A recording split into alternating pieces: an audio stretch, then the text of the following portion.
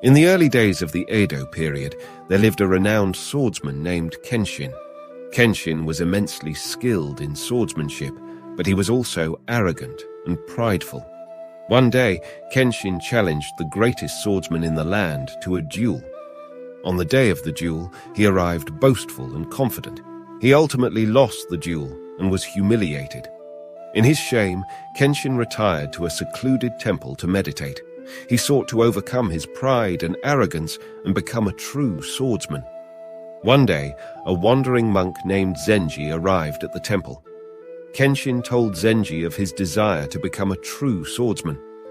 To become a true swordsman, you must first become one with your sword, said Zenji.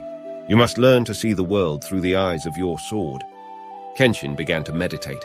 He sat with his sword before him for hours on end, gazing at it intently. He tried to feel the sword's weight, its shape, its texture. He tried to understand the sword's essence. After many days of meditation, Kenshin finally began to understand his sword. He realized that the sword was not just a weapon, it was an extension of himself. He learned to see the world through the eyes of his sword. One day, Kenshin was meditating when he heard a noise. He opened his eyes and saw a group of bandits attacking the temple. Kenshin drew his sword and faced the bandits. He was calm and collected. He moved with the grace and fluidity of water. He cut down the bandits one by one until only one was left. The last bandit was a skilled swordsman himself. Kenshin battled him evenly for a while. But in the end, Kenshin was victorious. Kenshin had finally become a true swordsman. He had overcome his arrogance and pride. He had learned to see the world through the eyes of his sword, thus learning to use his sword for good.